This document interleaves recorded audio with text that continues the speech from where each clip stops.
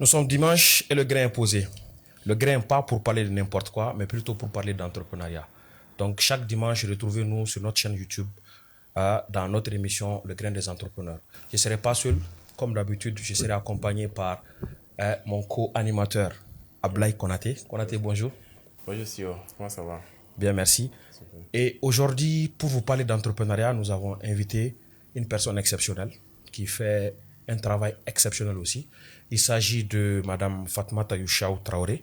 Elle est la directrice de Successway, mais également elle collabore avec son papa pour la gestion d'un complexe scolaire. Donc Konaté, je pense que les internautes demandent à ce que Konaté se présente. D'habitude, ça ne se passe pas. Donc, avant de passer la parole à notre invité, je vais demander à Konaté de se présenter et de parler un peu de lui. Il n'y a pas de souci. Alors, pour ceux qui ne connaissent pas Konaté, Konaté est un web entrepreneur. Ok, Konaté est le promoteur de Konaté Agency, qui est ok, une agence de marketing digital ok. qui aide les entreprises à avoir de la visibilité et à multiplier leur chiffre d'affaires. D'accord. Konaté est réellement promoteur de Bean School. Ok, Bean School, c'est une plateforme e-learning donc, qui met en relation les apprenants et les formateurs. ok, Donc, cela veut dire que toute personne qui détient une expertise dans un domaine ok, quelconque ok. peut proposer des formations en vente sur la plateforme Bean School. D'accord. Et bien évidemment, toute personne qui souhaite acquérir aussi des compétences peut justement venir sur Bean School, soit acheter la formation ou s'inscrire gratuitement. Quoi. Ok, Donc, cela veut dire qu'il y a des formations gratuites, il y a des formations payantes. Donc, d'accord. ça pourrait vraiment aider les étudiants. Ok, Et aussi, la plateforme, nous sommes en train de concevoir les applications ok. mobiles pour que ça soit accessible à tous. Et je pense Partout. que c'est un endroit idéal pour les étudiants, en fait, d'améliorer des compétences qui ne sont pas, qui ne Donné à sont pas l'école. enseignées dans les universités. D'accord.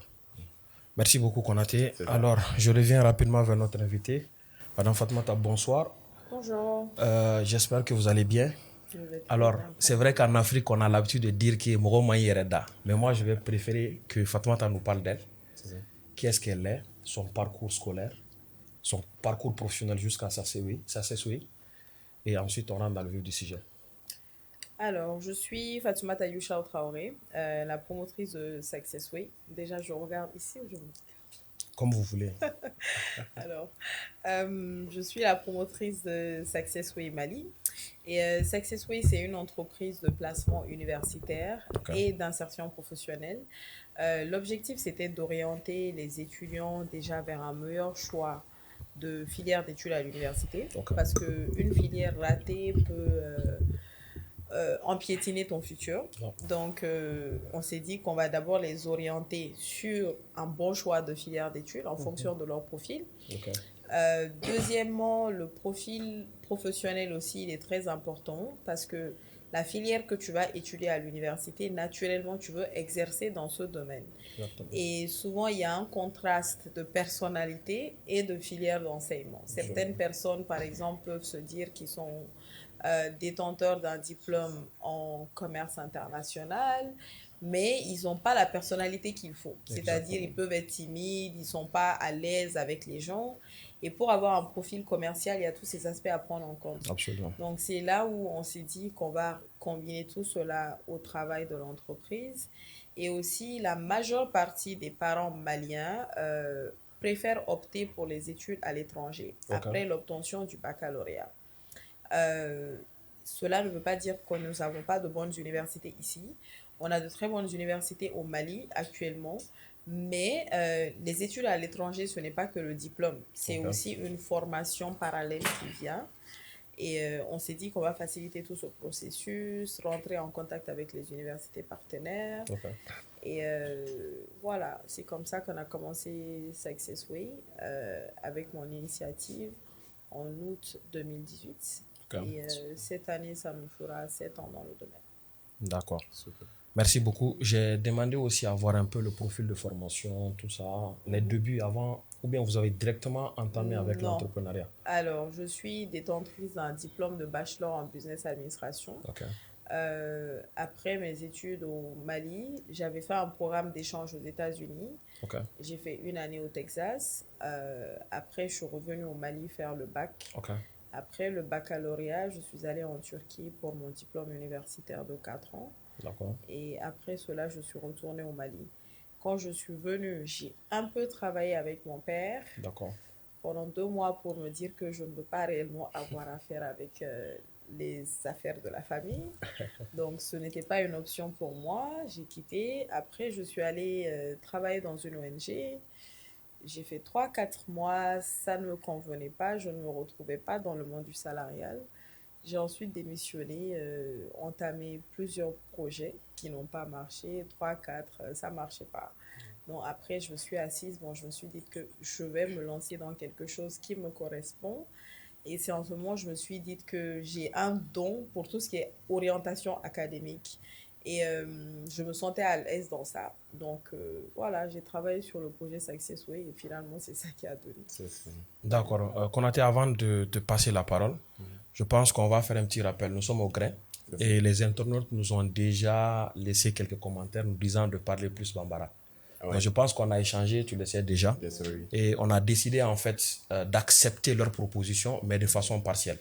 Parce que certes, on voudrait que les Maliens comprennent ce qu'on est en train de faire. C'est vrai, on va parler Bambara, mais on vise aussi l'international. Et voilà, il faudrait que les autres aussi puissent comprendre. Donc on va peut-être demander à Fatmata si elle peut un peu... Voilà, parler Bambara, on est à l'aise. C'est la langue la plus parlée au Mali. C'est ça. Donc c'est la langue que la majorité des Maliens comprennent. Donc on va parler Bambara et français en même temps. Donc Konaté, je te passe la parole. Moi, je pense que j'ai beaucoup de questions pour Fatou aujourd'hui et j'ai beaucoup de questions notamment dans le domaine de l'étude, surtout les études à À l'étranger. l'étranger, ok. Et je pense que Fatou est la personne la mieux placée pour répondre à ces questions-là, Ok. justement. Alors, peut-être la première question, c'est de savoir quelles sont les difficultés auxquelles les étudiants font face dans leur cursus universitaire à l'étranger. L'étranger, ok. Voilà. Le premier aspect qu'on a dit, c'est plus l'aspect financier. Ce qui nous fatigue, ce qui fatigue les étudiants, c'est le suivisme. On en parle très souvent. Donc, on ne se lève pas tout d'un coup pour vouloir étudier à l'étranger, que ce soit valable pour les étudiants ou même les parents. On ne voit pas les enfants d'autrui aller étudier à l'étranger. Parce que pour envoyer son enfant à l'étranger, on ne va pas se mentir, il faut avoir les moyens qu'il faut. Donc, il faut avoir les moyens nécessaires et ça, les réalités peuvent varier en fonction des pays. Et là, la destination la plus convoitée au Mali, c'était plus le Canada. Ok. Et moi, je me rappelle que quand j'avais obtenu le bac, c'était clair que pour aller étudier au Canada, c'était les enfants de riches qui partaient. Ok. On le savait, mais je ne sais pas à travers les réseaux sociaux comment est-ce que la tendance a changé. Les gens sont partis, non, tu vas te prendre en charge, tu vas toi-même payer tes études. Et tout d'un coup, tout le monde voulait aller. Et quand tu demandes, ben non, ce ne sont pas des enfants de riches. Donc, quand je parle comme ça, les gens se disent que c'est un peu de la discrimination ou bien c'est pour dire non. Je me dis toujours que j'ai un franc-parler. Il faut appeler le chat par son vrai nom. Absolument. Ni mi et mi oyoye, quoi. Exactement. Donc, ce n'est pas aussi parce que tu n'es pas enfant de riche que forcément ta situation sera défavorable. On est naturellement dans une position, dans une posture. Ce n'est pas nous qui choisissons notre environnement. Donc, tu ne choisis pas tes parents, tu ne choisis pas ta situation financière. Absolument. Mais c'est à toi de faire de ton mieux pendant ton existence pour changer les donnes. Exactement. Donc, mime moro chaman sengé pour les études à l'étranger, c'est l'aspect financier parce que ibta soro moro were la situation de la mise c'est tout. Ouais. Et dans ce cas, il faut choisir une destination qui va avec les réalités de toi, ta propre famille. Ni dugumi sebi somoro ye ni tara o dugula et tes sengé, parents et refenete sengé. Exactement. Mais si tu n'as pas les moyens qu'il faut pour aller dans une certaine destination et tu pars avec des idées biaisées, c'est-à-dire je vais aller, je vais étudier, je vais travailler moi-même et me prendre en charge, là, non seulement il y a kalanya, il y a bara fenenya. Donc ça, c'est un problème auquel on essaye de remédier. J'essaie de donner des conseils au quotidien pour que les étudiants écoutent, pour que les parents écoutent et puis... s'ils arrivent à faire cela, en principe, il n'y aura pas de problème. Konaté, j'ai cru comprendre que le véritable problème sur lequel Fatmata se penche, c'est le problème financier. C'est ça. Mais est-ce qu'il y a un problème d'éducation? il y a un problème d'éducation également. Il faut qu'on en parle, je pense. Le problème, c'est que la préoccupation en tant que parent, c'est de savoir, ah, si j'enlève mon enfant à côté de moi et l'amener dans un autre pays, est-ce que Athéna tient? Est-ce que Athéna a un comportement adopté? Est-ce que ça ne va pas jouer sur son éducation? Exactement. Ça, c'est totalement vrai parce qu'un adolescent qui n'a jamais eu à prendre de décision seul, tu le mets dans un environnement où il a tous les droits de faire tout ce qu'il veut, ça peut aller en dérive. Mais l'essentiel, c'est de pouvoir donner une très bonne base à son enfant dès le Mali. Déjà que même Bamako, tout ce que tu as envie de faire, honnêtement, tu peux le faire. Même si les parents te contrôlent, ou ta bararola. Je suis désolée pour mes parents, mais ouais, c'est comme ça. Ou ta bararola, du lundi au vendredi. Bon, et ta dimbla école là, école tani tout est réellement possible. Les enfants peuvent vraiment faire du n'importe quoi. Mes parents, mon père est promoteur d'école, j'en sais quelque chose. Et souvent, ce sont les professeurs même qui s'impliquent dans l'éducation des enfants. On a notre censeur souvent qui fait le tour du lycée pour savoir si les élèves ne sont pas en train de tourner autour. Nous, les parents ne peuvent pas contrôler tout cela. Donc, à Kera Mali ou à Kera Yoro, si un enfant a réellement envie de faire du n'importe quoi, ils peuvent le faire.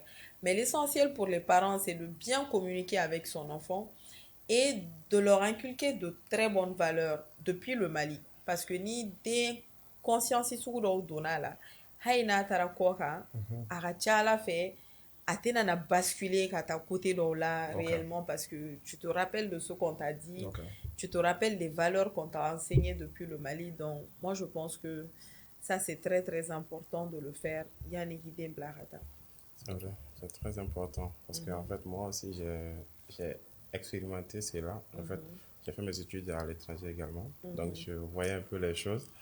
En réalité, c'est compliqué parce que le sujet est assez complexe. C'est vraiment complexe. Alors, les parents ont vraiment leur rôle à jouer là-dedans. Mais moi, je pense que des fois, il y a des enfants qui quittent ici. Ils sont bien, ils sont très bien éduqués. Mais une fois arrivés là-bas, bah, ils prennent d'autres comportements. En fait, ils changent de comportement. Bon, je ne sais pas si y a-t-il une solution peut-être à cela, si peut-être votre entreprise, vous communiquez avec des enfants, vous les orientez une fois quittés ici au Mali, ou bien ils sont livrés à eux-mêmes une fois arrivés là-bas. Parce que c'est vraiment compliqué ce côté-là. Moi, je vois des étudiants, au début, ils étaient très bien, au début de leur cursus à l'étranger, mais avant la fin, c'est compliqué.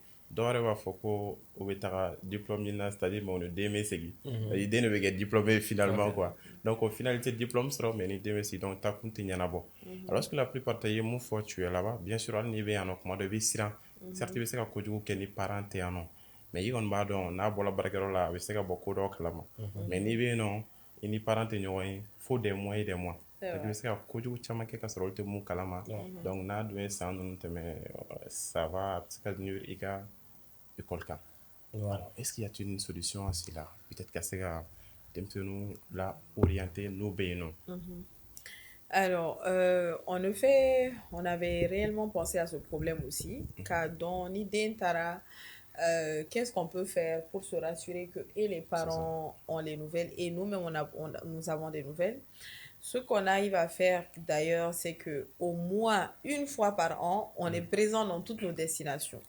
Que ce soit le Canada, que ce soit la Turquie, que ce soit la Malaisie, Nini Mata, un directeur commercial bêta ou bien une équipe Morodo bêta. Et quand on est là-bas, on essaie d'organiser souvent on est dans toutes les destinations au moins 2 fois dans l'année. On essaie de faire un petit, voilà, une petite séance de rencontre avec tous les étudiants, échanger avec eux, essayer de savoir s'ils ont des difficultés particulières, essayer de savoir un peu ce qu'ils font. Maintenant, quand on n'est pas aussi sur place, ce qu'on fait, c'est que déjà, Itara Kalani Kama. Donc ça, quand même, on est unanime dessus. On doit se rassurer que tu pars à l'école. Parce que tu as fait un peu classique. Ou beta que sunɔgɔ ni fɛnw ye ou bɛ fêter de kɛ ou tɛ taa école la donc ça quand même ni ma taa école la sois sûr que moi je vais le dire à tes parents parce que comment on va le savoir, on est en contact avec l'université on peut avoir toutes tes participations en classe Donc ça, c'est notre condition avec les écoles, de nous faire un report au moins mensuel ou trimestriel de l'état d'absence de tous les étudiants. Donc, classique, forcément, on le saura. On te parle d'abord, si tu n'écoutes pas, ben, tout de suite, on fait remonter le problème à tes parents. Deuxième aspect, c'est que bandit koro fena bɛ se ka système kuraw dɔn. Donc on est tous des étudiants, on a tous été des bandits avant. Donc naturellement on peut connaître leur petit système. Et qu'est-ce qu'on fait? Donc on a toujours des petits pions dans tous les pays. Donc a bɛ se ka kɛ étudiant, a bɛ se ka kɛ dɔ yɛrɛ min kilala kalan na. On essaye de mettre cette personne là comme un petit espion. Donc ale bɛ se ka to ka i renseigner karisa bɛ mun de la, a ka fréquentation bɛ cogo di. Donc, on est un peu au courant de ce que tu fais. Souvent, même parmi nos étudiants, on peut avoir des petits espions qui sont des enfants très cadrés, mais qui peuvent quand même nous aider aussi à recadrer les autres. Certains peuvent le prendre mal, comme quoi, et je leur explique que, étant étudiant, c'est naturellement il y a bandia nous qui problème tala ambe bandia ou ambe war nous ambe war nous papa ni maman la si là c'était pas ça, on a tous fait nos petits banditismes, mais l'essentiel ils vont ngata classique on itara kuminga ma iga to nyana bo iga noti nyene ma soro iki nye daele iga essayer la culture familiale, iga essayer la double langue familiale, et que tu aies quand même certaines valeurs iborani mi iga na fliere ma donc on essaie vraiment d'échanger avec eux. Souvent ils sont juste perdus. Ça peut arriver, ça va pas mentalement parce que le changement d'environnement aussi effectivement à me discuter nous et à essayer pourquoi ça va pas, et puis c'est vraiment du babysitting. Mais alhamdulillah on arrive, ça va. La majeure partie de nos étudiants, la majeure partie, parce que fait exception d'Obeka qu'on a contrôler, mais la majeure partie, on n'a vraiment pas de problème avec eux. Les parents sont très satisfaits, les étudiants aussi, l'école aussi, donc ça va, on arrive à s'en sortir un peu, on va dire. Je pense que mon fort stratégie de son obstacle, espion exactement. Sinon, peut-être communiquer avec les universités. Si ça est d'une université publique, ça serait compliqué. Et moi, je me rappelle à mes débuts là-bas, tu sais que l'environnement est différent. Par exemple, ici au Mali, tu auras tout par exemple, Nébé, non. Et des fois, son mara fait Nébé là, surtout hiver ou là. Des fois, tu as l'impression que 6 heures de bien, mais tu as montré les gars sur 9 heures, 10 heures, donc tu vois, il y a ces choses là également, donc il faut avoir habitude. Et aussi ce que j'ai remarqué, ils dorment à 2h, 3h, 4h du matin. Donc forcément, c'est obligatoire. Mais en fait, la petite méthode aussi, je pense que ça marche, parce que si vous avez un espion qui est au courant de toutes ces informations-là, donc directement, il peut vous passer ces informations, et vous, à votre tour, vous pouvez assister à la personne, et puis voilà, faire ce que vous devez faire, quoi, en fait. D'accord, Konaté. Merci beaucoup. Donc déjà, je pense qu'à l'issue de cet échange-là, on se rend compte que voilà, on a fait un très bon choix. Parce que comme on l'a dit, le grain des entrepreneurs, l'objectif c'est d'appeler des jeunes entrepreneurs qui connaissent leur domaine. Donc forcément, il faudrait nous assurer sur la maîtrise du secteur. Et ensuite, on va rentrer un peu dans les sujets relatifs à tout ce qui est entrepreneuriat. Donc si ça amène donc comme à c'est ça. Parce que elle a presque le demi-million d'abonnés. Ça veut dire que donc forcément, elle sera un modèle. Comme je l'ai dit, il est préférable que des jeunes qui travaillent réellement influencent, qu'on laisse n'importe qui nous influencer. Exactement. Voilà, et voilà, des personnes comme ça qui apportent de la valeur à la communauté, ce sont des gens en fait qu'on doit suivre. C'est ça. Ce sont les personnes qui doivent avoir les millions d'abonnés. C'est ça. Donc, on va rentrer un peu dans le vif maintenant, dans le sujet purement entrepreneuriat. Les débuts, Fatoumata, c'était comment? Alors, déjà pour entreprendre, moi je pense qu'il y a beaucoup de travail derrière. Ok. Et même si les jeunes se lèvent seulement, ils veulent devenir entrepreneurs. Je comprends, c'était mon cas. Quand je me suis levée, j'ai dit à mon père, entrepreneur, oui, entrepreneuriat, entrepreneur sur quelle base? Et en effet, aux périodes où nous n'avons pas famille. Ah ouais. Mais l'avantage aujourd'hui, c'est qu'avec les réseaux sociaux, le sujet est de plus en plus décomplexé. TikTok, maintenant, ça facilite tellement de choses. eBay, il y avait témoignages où il y a 10 ans, c'était pas comme ça. Exactement. Tu idéalisais certaines choses et puis voilà, tu fais des fixations, c'est comme ça, tu veux même pas comprendre. Ni ce mot a essayé de couper conseil dit mais il faut que nous vieille école na famille nega idée bien boulot ça va marcher. Mais ni donna qu'on a des sur la famille ils sont pas de la vieille école, ils disaient la vérité. Exactement. Donc il est très très important de se préparer en amont, avoir des plans bien définis. Donc, avant de me lancer sur le volet Success Way, j'avais quand même eu 3 à 4 projets sur lesquels j'avais travaillé qui n'ont pas marché.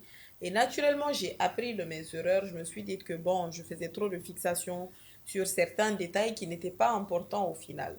Donc ça, c'était l'erreur à ne pas commettre en faisant Success Way. Ok. Et pour ça, j'ai préparé un bon plan en amont. D'accord. J'avais déjà mes simulations. Financièrement, il est important de se préparer. Il y a donc il y a budget joli pour un débutant, un petit jeune, on sait que Warti Bolo. Donc, tout ce que tu dois faire, c'est de minimiser les coûts. Okay. Tu ne peux pas te lever, aller prendre un grand bureau et penser que ça va marcher tout de suite. C'est pas comme ça. Donc, moi, pour ma part, quand je débutais, j'avais, je pense, 2 500 $ en commençant. J'avais fait quelques petites prestations, mais m'ont orienté. Maroc ni fengen nous a de manière un peu informelle, mais warni fitino sera là. J'avais mes petites économies qui remontaient à peu près à 1 500 $. Okay. Et avec ça, je me suis dit, bon, moi, mon business, ça ne nécessite pas qu'à faire des bureaux bas, tu as quand même besoin d'une présence physique parce que moi, quand on a échangé, ni bureau physique, bila, ça rassure. Exactement. Et pour ça, j'ai commencé avec un petit local. Il y avait un autre jeune qui cherchait un endroit pour occuper. Donc, en benayoro de la télé, j'ai dit d'accord, pourquoi ne pas prendre un local ensemble, on se partage. On a eu maintenant un local à 100 000 au golf, 2 chambres. Allez, les chambres qui sont occupées, les chambres flanes occupées, avec salle d'attente là. Ça ne me dérangeait pas. Donc, chacun 50 000 francs le mois. Je savais qu'à Guélara, aux 50 000 francs, je pouvais le supporter. Exactement. On a payé les cautions et tout. On a commencé. Quand on a commencé à savoir que j'avais fait beaucoup de projets, ça n'avait pas marché. Donc, les parents m'étaient découragés. Et c'est à travers les réseaux sociaux, mes parents ont vu que j'ouvrais un bureau.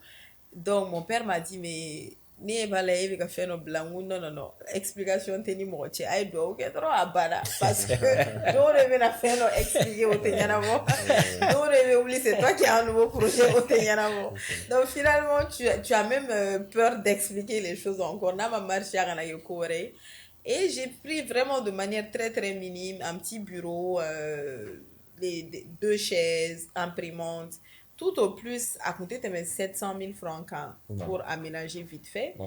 Et j'avais une assistante qui était une de mes amies. Elle qui vient, moi j'ai besoin de quelqu'un. On te sait salaire, elle m'a dit, elle me dit, il n'y a pas de problème. À partir de l'instant, elle n'est pas à la maison. On est venu s'asseoir, il n'y avait absolument rien. Décoration, rien. Je me levais le matin, moi-même, je nettoyais, je balayais, Joshi, Amansigi. Et puis c'est tout. Donc on a commencé, je faisais du porte-à-porte, je prenais ma petite voiture, je pars, allié jeune grain au signé, mais gueroula, mais signé, mais barou pour faire, te faire ta cour, ok, bon, un numéro, petit à petit, tu fais tout pour te faire connaître. Ça.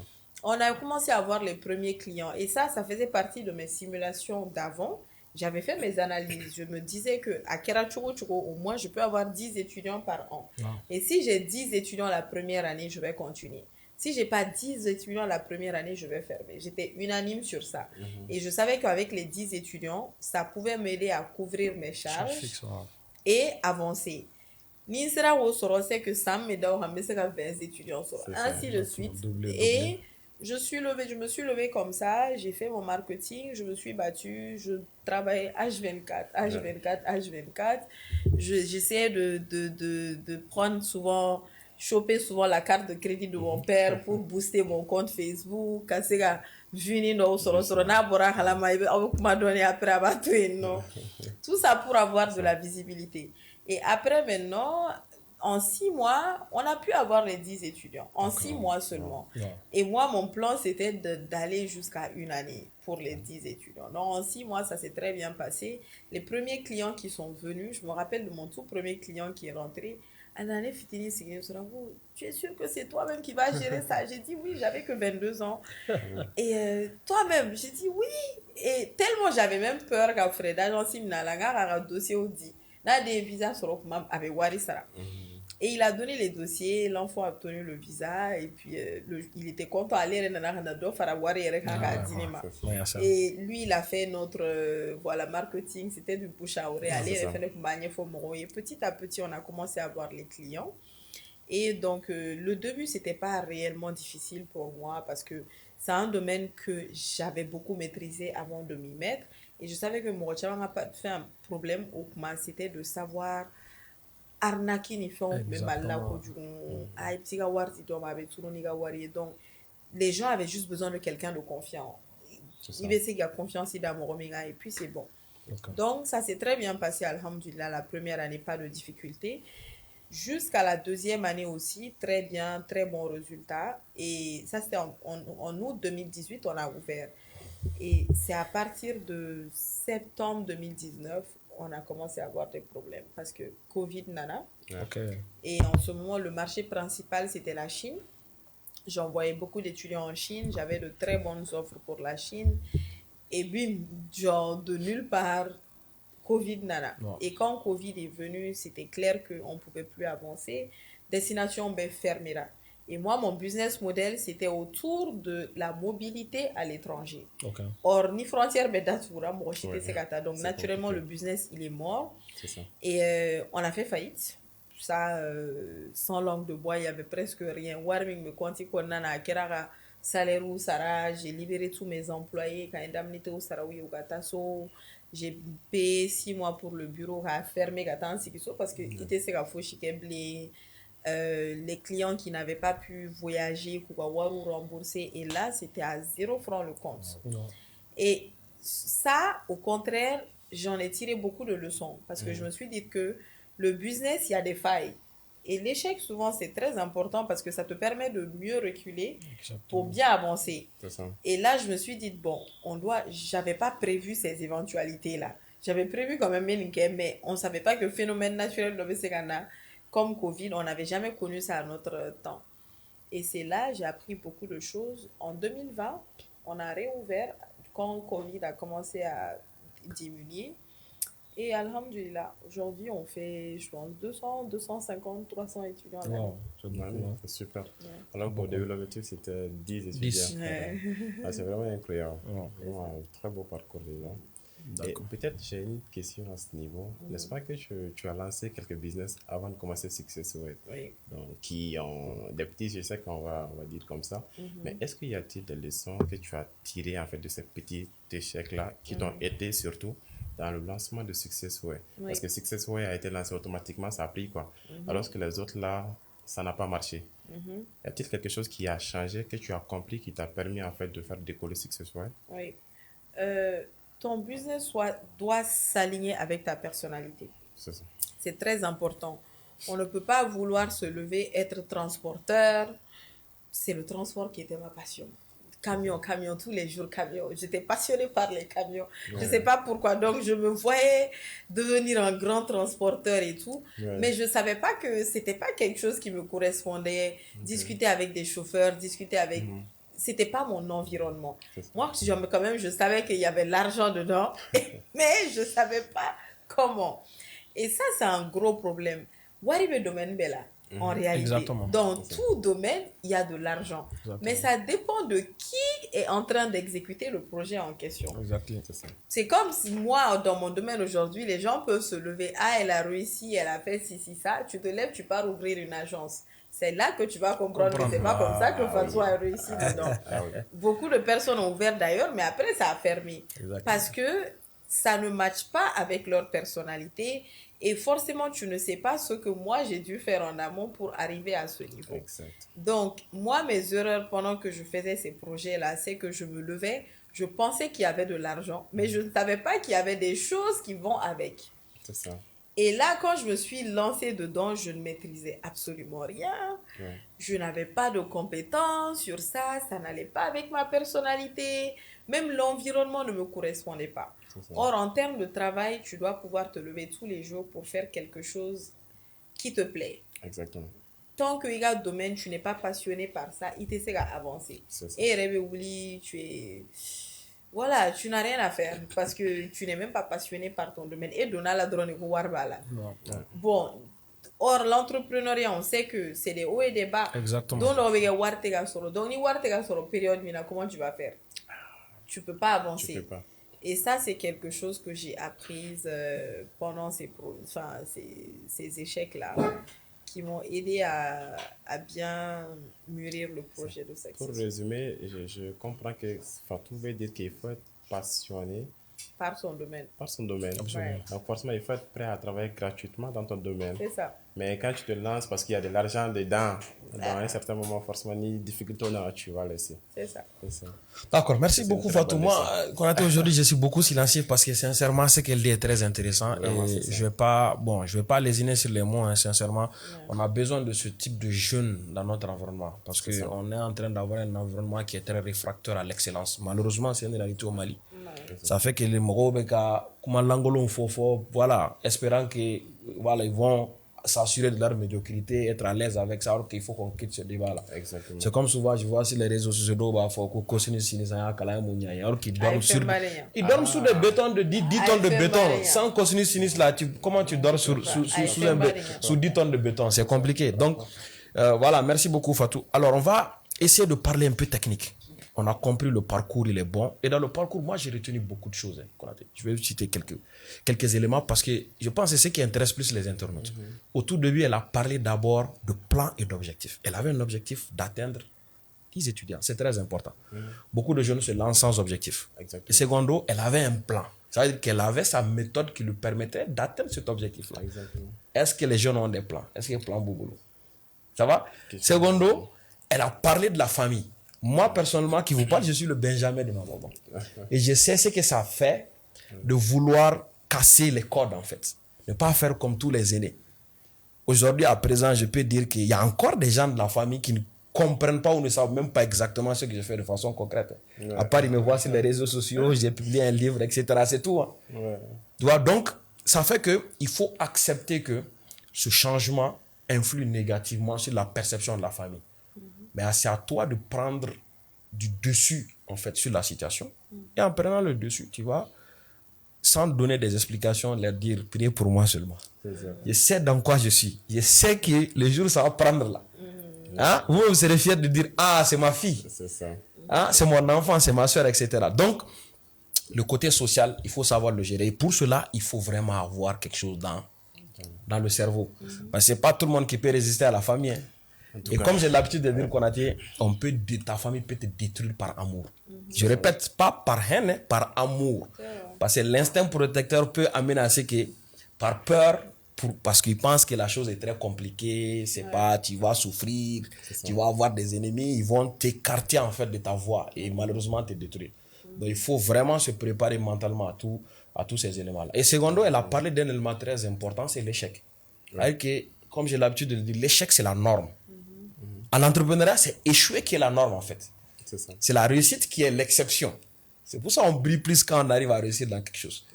Donc, elle a parlé d'échec. Et pour elle, c'était parti même au dernier niveau qui est la faillite. Elle était obligée de fermer. Et dans ces 10, j'ai constaté certaines compétences dont je veux qu'elle nous parle. Parce que moi, je prône pour ça. L'entrepreneuriat, oui. Mais l'entrepreneuriat classique qu'on avait avant, la vente simple, ça ne suffit plus. On va s'industrialiser tout à l'heure. Dans peu de temps, tous les jeunes vont se lancer dans l'industrie. Il faut que les entrepreneurs comprennent ce que c'est que les ressources humaines. Elle parlait tout de suite de payer les droits, de fermer les portes. Ah, ça veut dire qu'il y a des compétences qu'il faut que les jeunes aient. Donc, pour Fatou, quelles sont les compétences? Doni Jumen Kangake, Mokola Mifeka Kere Barake, RFE, Mimi Aka Bara Dronte. Parce qu'il y a fort, au début, tu as maîtrisé ce que tu fais. Au fana damana ko wɛrɛ il faut qu'il bɛ min kɛ i k'a dɔn mais au-delà de ça il y a d'autres choses qu'il faut maîtriser. E yɛrɛ fɛ il y a quoi et quoi voilà i bɛ se ka conseil jumɛn di mɔgɔw ma. Alors, il est important pour un entrepreneur déjà d'être cultivé, d'être diplômé. Si ça n'y est diplôme qu'on y fait en forme, il pense que le diplôme c'est obtenir une licence ou un master. Or, on peut obtenir un diplôme sans avoir quelque chose dans la tête. Absolument, c'est ça. Est-ce qu'il va famille? Classique est-ce que ça reflète toi-même ta personnalité, ta compétence? Est-ce que diplôme mimi boulonné blala quand sur le tas il va exercer? Il faut que les gens se mettent cela dans la tête. Et puis il faut que on n'est plus dans un monde de diplôme réellement, on est dans un monde de compétences. Il y a 1000 personnes qui ont les mêmes diplômes que toi. Mais qu'est-ce qui fait que toi tu sors du lot? Qu'est-ce que toi tu as d'unique? Qu'est-ce que toi tu as de particulier? Et ça revient à toujours quelque chose que mon père avait l'habitude de nous dire depuis le bas âge. Ali kulengeni. Tu le fais à perfection. Donc ça fait que moi, même kulengeni ne teritene da. Kulengeni tout ni va la irriter bon. Ni va se ne te jouer fait. Parce que voilà, tu vas me battre, ça va m'énerver. Donc, ni vous remettez mina nedro, ni te guérir là, ni minadro. C'est que je sais que mais c'est à Donc, en grandissant aussi, c'était la même chose que j'ai adopté. Soit je fais quelque chose à la perfection, soit je ne fais pas du tout. Donc, les histoires de demi-mesure, là, il faut qu'on sorte de cela. Exactement. Faire quelque chose à demi-mesure revient à ne rien faire du tout. Parce que tu sais que c'est débutant, tu sais que ça ne va pas. Ce sont des choses qui énervent. Follow, moi, je réussi, les grands commerçants qu'on connaît aujourd'hui, la majeure partie au matin, là. Mais pourquoi au loup, moi, investi ou en éducation là? Les gens doivent se poser les bonnes questions. En tout cas. Parce qu'ils savent qu'avec tout ce qu'ils ont pu faire, nous, kalanara faro, niveau. Exactement.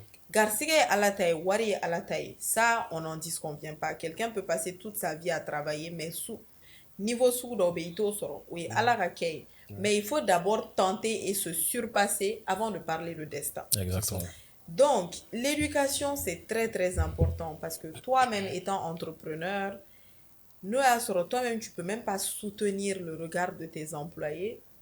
On va te faire du n'importe quoi. Absolument. Si les employés savent que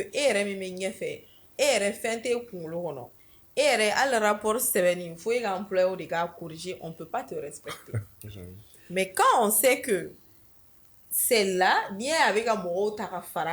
c'est pas par manque de compétences, c'est par manque de timing ou parce que l'énergie t'a permis à béquer. On est obligé de suivre ton leadership. Mais si tu n'as rien dans la tête, ton leadership, il est compromis. Donc, on ne se lève pas pour devenir entrepreneur en disant que recherche d'abord le savoir, recherche d'abord la compétence. C'est très, très important. En plus, il y a câlin. Parce que ces niveaux là, il y a des entrepreneurs, il y a objectif, il y a la codon, il y a des boy, il y a des fins ok, moi, tu as des guidons.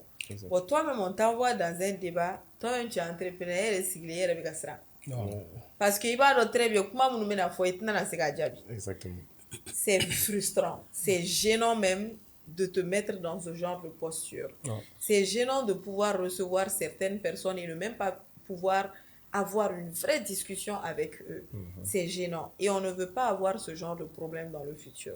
Donc, pour éviter ça, avant même de te lancer, aie de bonnes compétences.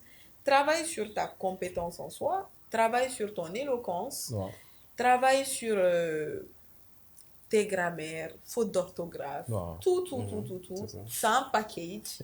Et ça fait que tu es un entrepreneur, mais en même temps, on sait que même sans l'entrepreneuriat, tu peux faire quelque chose. Exactement. Donc, c'est important de le savoir, de le faire. C'est ça. Donc, on a été pour revenir encore un peu dans l'entreprise. Quand il a su sur les réseaux sociaux, tu sens quelque chose. En tout cas, tu sens qu'il y a une bonne ambiance au sein de son équipe.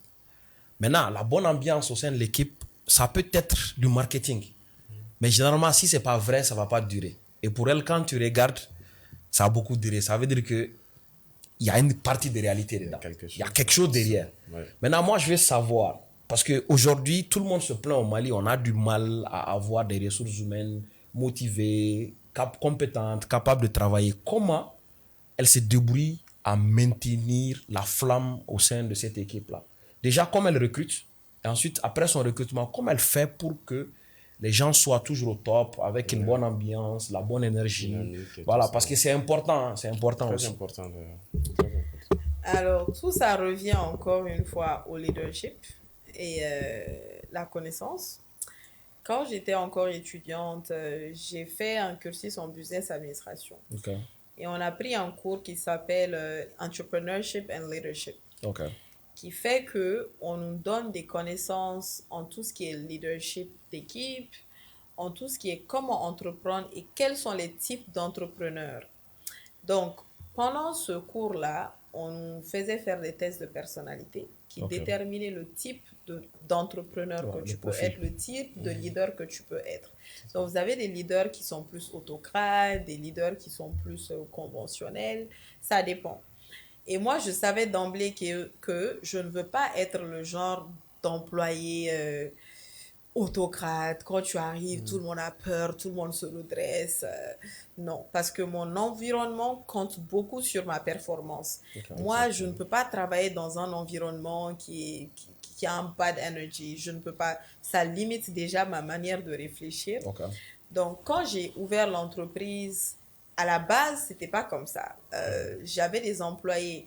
Comment je recrutais avant, vraiment, c'était de manière illogique. Je vois quelqu'un, bon, tiens, tu as la tête sur les épaules, viens, on va travailler. Je ne recherchais pas les compétences réellement. Ok. Même avec un diplôme de bac, moi, je me dis, je pouvais travailler avec toi. À partir de l'instant où tu saches très bien écrire, sans faute, Ok.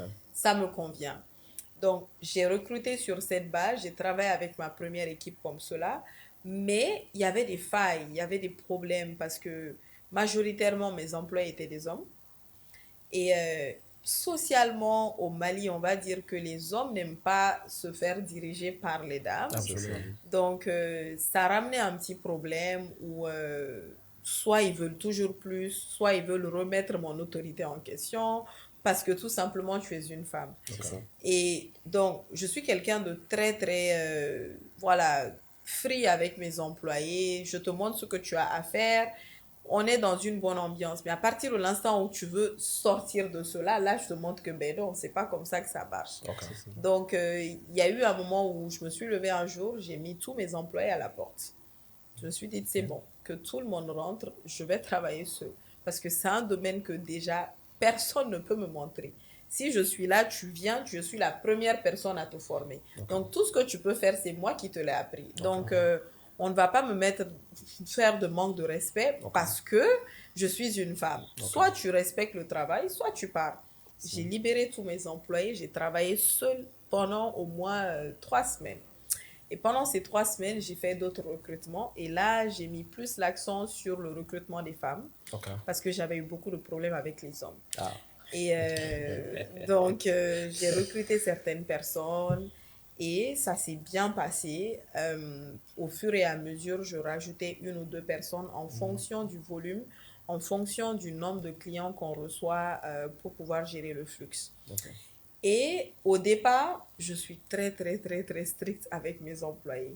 Ceux qui sont là actuellement, ce sont des employés qui sont là pendant presque 3 ans maintenant. Donc, c'est vraiment la famille. Mais avant, ce n'était pas comme ça. Ok. La majeure partie, tous les jours, quand on me voit, il y a certaines qui pleuraient quand je les assignais des tâches. Parce que quand tu me ramènes une tâche, à demi-mesure, je dis non, c'est pas bien fait, va tout reprendre. Parce que soit c'est à la perfection, soit tu ne fais absolument rien du tout. Bon. Donc, on me trouvait chiante, on me trouvait trop Compliqué. compliquée. Elle est trop compliquée, celle-là. Parce que quand tu es très strict au Mali, quand tu fais attention aux détails, tu deviens bizarre, tu deviens compliqué parce qu'on s'est habitué à la médiocrité. Et là, moi, je me dis qu'on n'a pas le temps pour ça. Soit c'est à la perfection, soit on ne le fait pas. Donc, au départ, c'était très compliqué pour elle de travailler avec moi, mais avec le temps, elles sont devenues beaucoup plus perfectionnistes que moi-même. Ok, c'est ça. Donc, quand moi-même, je regardais certains détails et elles me montrent ça va, je dis, ouais, comment ça se fait, tu t'es adouci? Qu'est-ce qui se passe? Je dis, non, mais non, moi, vous avez compris que ce n'était pas que je suis exigeante ou compliquée, c'est parce que je veux que vous appreniez les éthiques dans le travail. C'est très important. Donc, je leur montre que l'environnement de travail, c'est là. À partir de l'instant où tu acceptes que tu as une patronne qui te couvre, tu es sous son autorité, tu te fais bien ton travail, on n'a pas de problème. Ouais. Donc, quand il s'agit du travail, je suis très stricte. Mais en dehors de cela, je suis avec mes employés comme des sœurs, comme des frères. Ouais. Et ça fait qu'on arrive à avoir une très bonne entente au bureau. Quoique, il y a des jours où je tapote sur tout le monde. Il y a des jours où, quand on me voit venir, on sait qu'aujourd'hui, ça va pas. Ça va chauffer pour tout le monde. Mais c'est comme ça. C'est la transparence et c'est honnête. Ouais. Quand tout est bien fait, je montre le résultat à tout le monde. Quand ça va pas, je rappelle tout le monde à l'ordre. Je leur dis non, c'est pas comme ça, c'est pas comme ça. C'est pas parce que j'ai une certaine familiarité avec vous que je ne vais pas vous dire la vérité. Donc, pour certains, ça peut marcher. Pour certains, ça peut ne pas marcher. Absolument. Parce qu'au Mali, il faut un employé ou des gars qui n'y est il se met donc. Ça, c'est pas moi. Moi, je peux rigoler avec toi tout de suite. Dans 5 minutes, je te rappelle alors, tu vas te dire que je suis folle. Exactement. Mais c'est comme ça que ça marche. Et puis, c'est un modèle qui marche bien pour moi. Donc, ça peut paraître un peu compliqué, mais bon, par exemple, toi qui es spécialiste du marketing, même si c'est purement digital, je pense en fonction de sa cible, ça se comprend. Parce qu'elle n'a pas affaire à n'importe qui en termes de clientèle. Et ce sont des gens qui doivent, entre guillemets, très exigeants. Donc, elle est obligée d'être extrêmement exigeante. Maintenant, voilà, volet communication, je ne sais pas si tu as des questions, parce que, en tout cas, elle a une très bonne communication. Moi, quand je vois son compte, par exemple, TikTok, sincèrement, ça m'inspire même personnellement. Donc, je ne sais pas si tu peux nous sortir des informations par rapport à ça. Oui, elle fait très bien, elle fait une très bonne communication au niveau de l'équipe parce que je suis le compte successeur. J'ai connu déjà d'abord son compte personnel. Ok. Oui, elle communique et puis je pense que c'est ce qui est recommandé même en tant qu'entrepreneur. Ça, déjà, le branding personnel. Exactement. Donc, il faudrait vraiment communiquer sur ce que tu fais. Montre d'abord ce que tu sais faire. Parce qu'on a dit, tu ne rentres pas dans une activité parce qu'il y a de l'argent. Tu rentres dans une activité parce que tu es passionné par ce domaine-là. Et quand tu es passionné, cela veut dire que tu as une certaine maîtrise dans ce domaine. Sinon, tu dois te former pour maîtriser réellement. Donc, toi, tu dois communiquer sur ça. Tu dois montrer cette maîtrise-là. À travers ça, les gens vous feront tout simplement confiance et puis ils vont vouloir justement vous déléguer des tâches dans ce domaine-là, en quelque sorte. Donc, personnellement, j'aime bien la communication au sein de son équipe, l'ambiance même qui est au sein de l'équipe. Ça, sincèrement, j'apprécie. La petite partie-là que j'avais pas, j'ai remarqué, à un certain moment, il y avait des hommes, mais après, j'ai vu qu'il n'y a que des femmes. Je pense qu'elle a éclairci ça. Il n'y a qu'un seul homme qui est là actuellement, c'est le directeur commercial. Un seul homme. Et il dit, il n'y a pas d'autre homme qui va venir dans la boîte, c'est bon comme Konaté, ça. sur cette partie, pas pour te couper, mais sur cette partie, personnellement, j'ai fait le constat. Sincèrement, je suis plus à l'aise avec les dames que les hommes. Parce que malheureusement, les hommes, il leur manque beaucoup de choses. Déjà, les femmes sont des jusqu'au boutisme, en fait. Elles vont des jusqu'au boutistes, je veux dire. Elles aiment aller au bout de l'effort. L'homme, dès qu'il a une petite satisfaction, il se limite à ça. Secondo, les dames ont ce côté esthétique du travail bien fait. Elles vont au-delà de ce qu'on attend d'elles. Alors que chez les hommes, l'objectif, c'est de finir. Donc, je l'ai constaté avec mes collaborations aussi. Et les meilleurs résultats que j'ai produits, c'est avec des dames. Tu peux voir sur les réseaux, par exemple, les entrepreneurs que j'ai accompagnés aujourd'hui, les résultats que tu vois, c'est plus les dames qui réussissent par rapport aux hommes, en fait. Donc, c'est sur ce point-là, en tout cas, moi, je la rejoins. Je ne sais pas pour ton côté. Moi, je trouve que c'est en fonction vraiment des tâches léguées, parce que chez moi, les femmes sont au niveau des community management. Il y a certaines tâches, personnellement, les femmes vidéastes ou monteurs de vidéos, c'est rare. Ça dépend du domaine. Voilà. Du coup, moi, je préfère plutôt un homme à ce niveau qu'une femme. Mais plutôt niveau community management ou niveau peut-être commercial, je préfère les femmes. Parce que c'est plus facile pour eux de convertir, de closer les clients. J'ai l'expérience dans ce domaine. Et je trouve que vraiment, c'est en fonction du domaine. Et ce qu'elle fait déjà, ça correspond parfaitement à son domaine d'activité. Voilà. Peut-être j'aimerais la poser une question parce que en fait je suis en train de la regarder, je suis ébahi par rapport à ce qu'elle arrive à réaliser avec ce leadership qu'elle a en elle. Mais en réalité, j'ai vraiment envie de comprendre comment est-ce qu'elle arrive à jongler sa vie femme au foyer et aussi le business là. Parce qu'avec les voyages et tout ça, est-ce que des fois le mari n'est pas fâché ou bien comment est-ce que tu arrives à gérer? Déjà, avant de me marier, c'était tout un tas de problèmes. Je me suis mariée il y a seulement une année, à 28 ans. Et au Mali, déjà, depuis tes 22, 23 ans, on te met la pression, il faut te marier, tes amis sont en train de te marier. Moi, honnêtement, c'était la dernière de mes préoccupations. Je me suis dit que mon mari viendra au moment opportun. Actuellement, je me cherche, je me bâtis, je cherche mon argent. C'est très important parce que la famille, le modèle que tu vois en grandissant, il est super important déjà.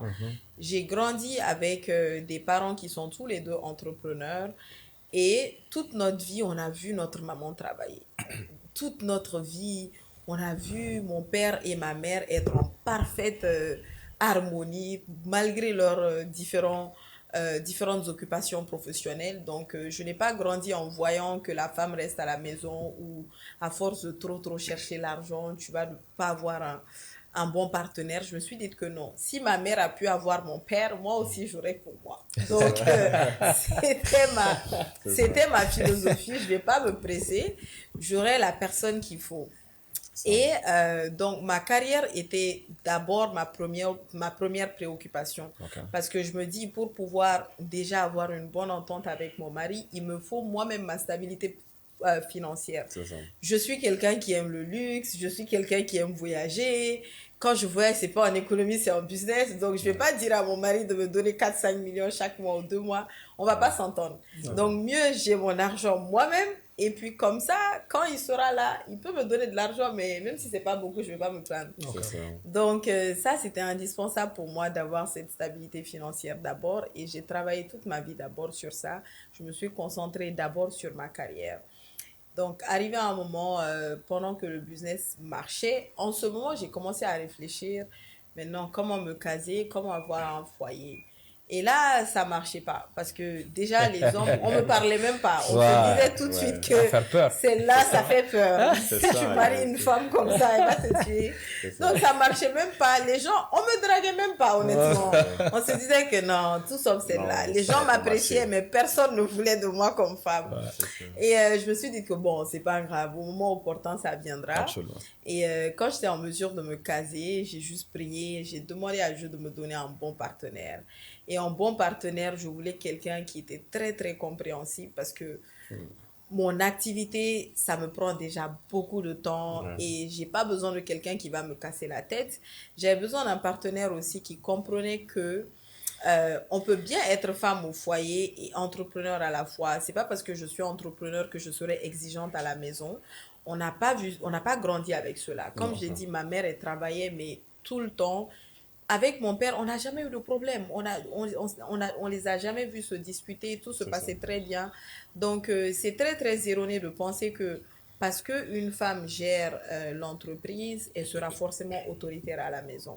Et aussi, j'avais mes critères. Je voulais de quelqu'un qui était aussi éduqué parce que c'était important d'avoir un homme qui est aussi allé loin à l'école et qui pourra comprendre ma manière de penser. Donc, c'est en ce moment, j'ai rencontré mon mari et il est venu me parler. En un mois, on s'est mariés. On n'a pas fait connaissance réellement. Super. Le jour où on a parlé, 33 jours après, on était mariés.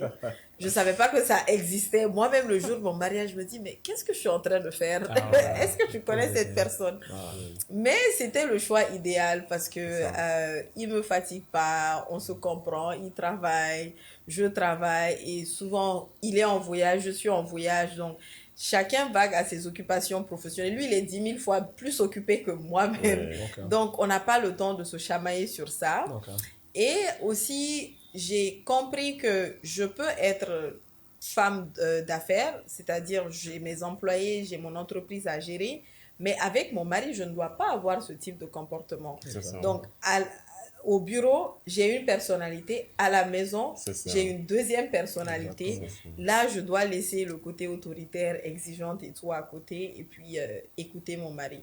Donc, comme tout mariage, au début, il y a beaucoup de difficultés, on ne se comprenait pas. Et même lui, il m'a avoué qu'il a eu beaucoup de mal à venir vers moi parce que les gens lui disaient, mais tu es fou, tu vas aller te lancer dans une mission impossible. Comment tu vas aller prendre une femme comme ça, il ne va pas t'écouter. Mais quand on s'est marié, il était même étonné de voir que oui, ben, en effet, je ne suis pas têtue. En effet, elle peut être têtue, mais avec moi, ça va. Donc, on a su bien gérer et puis on s'entend parfaitement. Je pars à la maison à partir... J'ai un programme assez spécifique maintenant. Avant de me marier, je restais au bureau souvent jusqu'à 20h, 21h. Je travaillais non-stop. Les samedis, dimanches, si j'ai rien à faire, c'est au bureau. Maintenant, mon emploi du temps, il a changé. Donc, je pars au bureau, on va dire, de 9h jusqu'à 16h, 16h30. Après 16h, je quitte, je pars à la salle de sport. Après la salle de sport, je pars à la maison faire le dîner. Et mon mari, il travaille jusqu'à tardivement. Donc, le temps de revenir à la maison, j'ai déjà le dîner qui est prêt. On mange, on dort et puis le lendemain, même routine. Les week-ends, c'est la famille. Donc, ça va. Vu que c'est quelqu'un qui travaille aussi, quelqu'un qui comprend qu'il y a beaucoup d'exigences. Et même pendant mes voyages, la majeure partie de mes voyages, mon mari est aussi en mission. Donc, s'il part en mission, moi, j'en profite, je pars en voyage. Les gens se disent, mais toi, tu voyages tout le temps, ton mari, il parle pas, mais il n'est pas à la maison. Donc, il faut qu'il soit à la maison pour être gêné. Et voilà, nos deux rythmes nous conviennent. Et puis, on arrive à gérer. Merci beaucoup, Fatou. C'est vraiment intéressant de... Oui. Je disais, contrairement à ce que les gens pensent, les femmes bosseuses là sont les meilleures femmes au foyer. C'est ce que moi aussi je pense. Elles savent faire vivre à l'homme son autorité. C'est ça. Vraiment, ça c'est toujours intéressant de t'écouter. En fait, je pense qu'on peut prendre 3 heures, 5 heures encore comme ça. Et tout ce qu'elle sort là, c'est vraiment intéressant. Et je pense que les jeunes entrepreneurs en ont besoin. Malheureusement, que le temps est limité également. Mais j'aimerais qu'on parle un peu de business. Peut-être 2, 3 questions à la fin pour juste demander à Fatou. En fait, quand ils envoient, à SuccessWorks, quand ils envoient en fait des étudiants, c'est dans les universités privées ou les universités publiques? On travaille uniquement avec les universités privées parce qu'on a une cible assez précise. Je ne veux pas travailler avec des universités publiques. Pourquoi? Parce que je n'ai pas le contrôle sur tous les aspects. Mon business model est fait de telle sorte qu'on doit contrôler qui part à l'école, qui ne part pas à l'école, qui a de bonnes notes, qui n'a pas de bonnes notes. Donc, si ce sont des universités privées, ça, je ne peux pas le savoir. Mais avec les universités, si ce sont les universités publiques, ça, je ne peux pas le savoir. Mais avec le privé, par contre, on est en mesure de contrôler. Donc, uniquement les universités privées. C'est ce que je me disais, parce qu'en termes de contrôle avec les universités publiques, c'est pas possible. Alors, super. D'accord. Grain Jarin. Souvent, il y a un bon et puis, sincèrement, je pense qu'elle a quelque chose vraiment de solide derrière. Elle a beaucoup à partager avec la jeunesse malienne. Mais malheureusement, on a un temps limité qu'on a. Donc, je ne sais pas si tu as une dernière question pour elle ou bien juste un dernier avis. Peut-être inviter les gens à nous laisser leur avis, etc. Je te laisse la parole avant de donner le dernier mot à notre invité. Peut-être, je les invite à aller suivre le compte de SuccessWorks également, surtout ceux qui souhaitent aller à l'étranger pour leurs études. C'est très intéressant. Je te donne de très bons conseils là-bas. Et je pense que c'est quelqu'un de crédible aussi. Je vois qu'elle est là depuis un certain temps. Ça fait 7 ans maintenant dans l'activité. C'est du bon ce qu'elle propose, tout simplement. Alors, je les invite également à mettre des commentaires.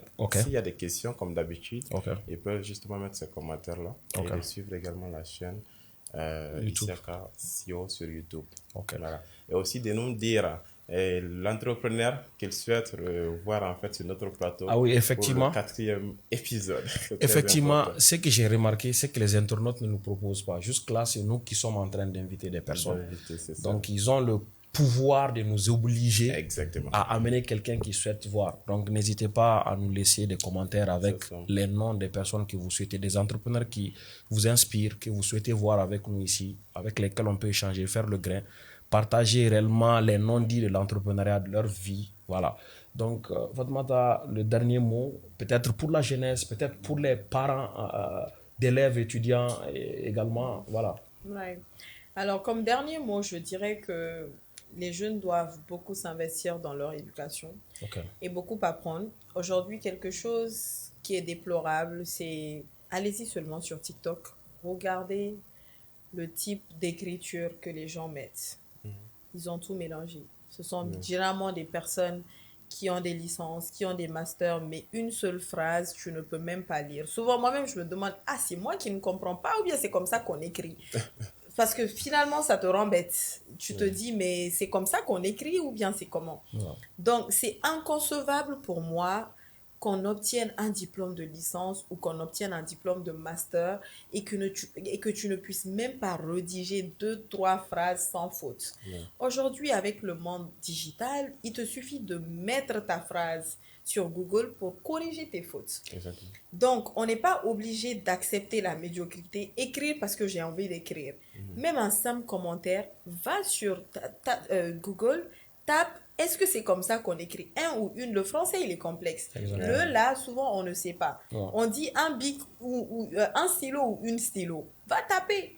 Et là, c'est un stylo qu'on te sort. D'accord, en ce moment, tu viens commenter. Maintenant, j'ai envie d'écrire. Bon, c'est je sais pas, une stylo, on avance. Et là, ça fait que finalement, tu vas ancrer cette médiocrité-là en toi. Et le moment où tu voudras te lever pour faire de bonnes choses, tu peux pas. Parce que ton cerveau même est déconnecté. Tu n'as absolument rien dans la tête. Et ce sont les mêmes jeunes qui vont se plaindre après pour dire qu'ils n'arrivent pas à trouver de stage, qu'ils ont fait 1000 stages, on ne les embauche pas. Personne ne peut embaucher avec la médiocrité. C'est ça. Donc, j'ai envie de dire aux gens que tant que tu es bien formé, tant que tu es intelligent et que tu as les compétences qu'il faut, si tu pars sur le marché de l'emploi, tu vas réussir. Tu obtiendras de l'emploi, mais tu ne peux pas obtenir de l'emploi en étant médiocre. Il faut se remettre en question. Il faut se dire que d'une part, j'ai ma part de responsabilité. Les parents ont fait le nécessaire pour te mettre à l'école. Maintenant, c'est à toi de te former, c'est à toi de te coacher. Au lieu de passer tout ton temps, 2 heures, 3 heures, 4 heures de temps, sur TikTok, à écouter la vie des gens, à écouter des futilités, les artistes, ils ont fait ci, ça. Prends le temps qu'il faut pour te former. Prends le temps qu'il faut pour construire ton propre avenir. Et en ce moment, une fois que tu auras tout ce que tu as à faire, là, tu pourras vaguer à tes autres occupations. Là, tu pourras vaguer à des histoires éphémères. Mais pendant que tu n'as pas encore réussi, le temps, c'est quelque chose que tu n'as pas. So, yeah. Merci beaucoup. Alors, d'habitude, quand on entend parler d'études à l'étranger, 2 éléments nous viennent en tête. La première des choses, aujourd'hui, aller à l'extérieur et rester ici au Mali, on a pratiquement le même résultat, qui est mauvais. Deuxième des choses, c'est que les gens partent pour chercher des diplômes et reviennent avec des enfants. Donc, c'était l'inquiétude des parents. Et aujourd'hui, nous avons eu la chance d'échanger avec Madame Fatmata Traoré, qui est la promotrice de Successway, une structure qui accompagne les jeunes du Mali jusqu'à l'étranger et même jusqu'à l'obtention d'insertion. Donc, suivez-nous sur notre chaîne YouTube chaque dimanche à 18h pour le grain de l'entrepreneur. C'était le 3e épisode. Merci.